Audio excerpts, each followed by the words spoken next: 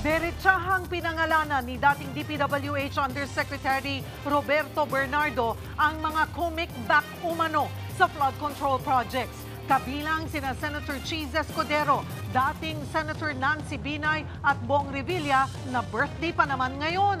Inirekomenda rin ng NBI ang paghahali ng reklamo laban kina Escudero at Binay, pati na rin kay House Speaker Martin Romualdez.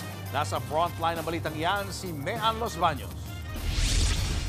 Sa Senate Blue Ribbon Committee, pasabog ang unang pagharap ni dating DPWH Undersecretary Roberto Bernardo. Hindi lang pag-amin sa katiwalian ang ginawa ni Bernardo, kundi diretsahan niyang pinangalanan ang umano'y mga politiko na tumatanggap ng kickback mula sa mga flood control projects.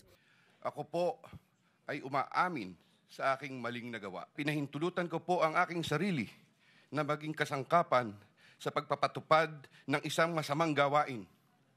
Handa po akong gawin ang lahat ng nararapat upang maiwasto ang aking kamalian.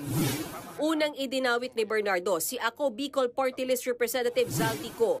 25% daw ang komisyon na hiningi ni Ko kada proyekto. 2% doon pinaghatian pa ni na Bernardo at dating Bulacan District Engineer Henry Alcantara. Congressman Zaldico one time called me to say that he met Engineer Alcantara and wanted to confirm, maayos bang kausap si Engineer Alcantara? To which I replied, maayos po. Engineer Alcantara would tell me every time that he made deliveries of cash to Congressman Zaldico in compliance with his commitment to Congressman Zaldico. Sunod naman, si dating Senate President Cheese Escudero, idinawit sa pamamagitan ng kanyang malapit na kaibigan at umano'y campaign contributor na si Maynard Ngu. 20% daw ang usapan na kapalit ng pagpasok ng mga proyekto sa GAA. I would like to add that deliveries of cash were personally made to me, by me, to Maynard Ngu at his office in Manila.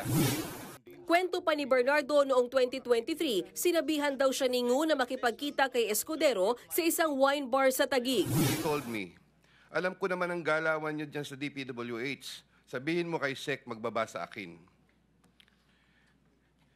Also, the delivery of the 160 million for Senator Cheese referred to in paragraph 17 of my affidavit happened sometime in the first quarter of 2025.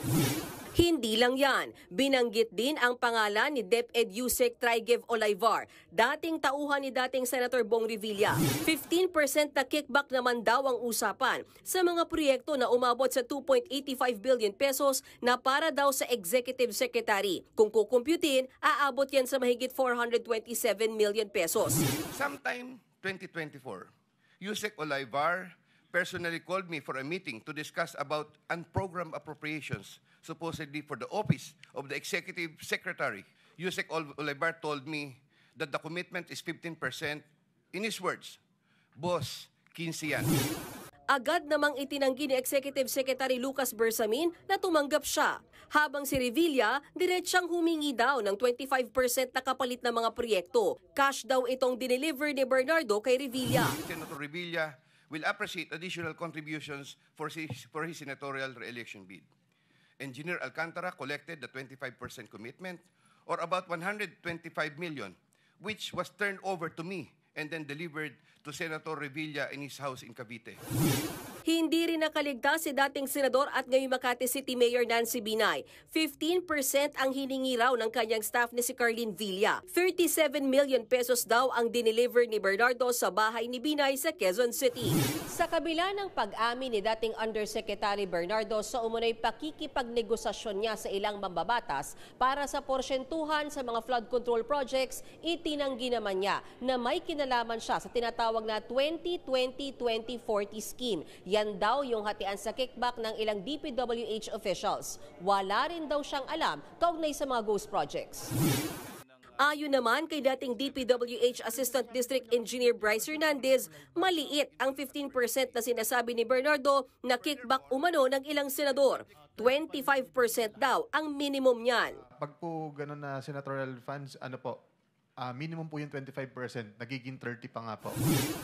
Sa dami ng pangalan at halagang lumutang, humiling si Bernardo na maipasok siya sa Witness Protection Program. Patuloy naman daw iniimbestigahan ng DOJ ang affidavit at salaysay ni Bernardo. Irerekomenda rin daw ng National Bureau of Investigation ang pagsasampa ng reklamong indirect bribery at malversation of public funds laban kina Senator Escudero, Mayor Nancy Binay, dating House Speaker Martin Romualdez at sa mga nabanggit sa pagdinig. Nagbabalita mula sa Frontline, Mean Los Baños, News 5. Mga kapatid, Julius Babaw po. Para sa komprehensibo at makabuluhang balitaan at talakayan, mag-follow at mag-subscribe na sa social media pages ng News 5.